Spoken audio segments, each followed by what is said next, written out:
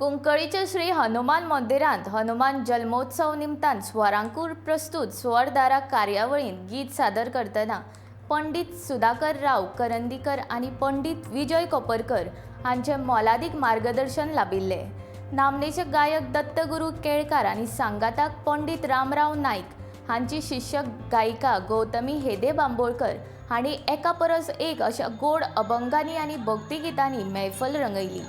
तांकां दिग्गज बेणे आणि संवादिनीचेर अंबेश तडवळकार हांणी तबल्याचेर विशाल मडगांवकर हांणी पगवाजाचेर आणि वास्तव रिवणकार हांणी ताल वाद्याचेर साथ दिली।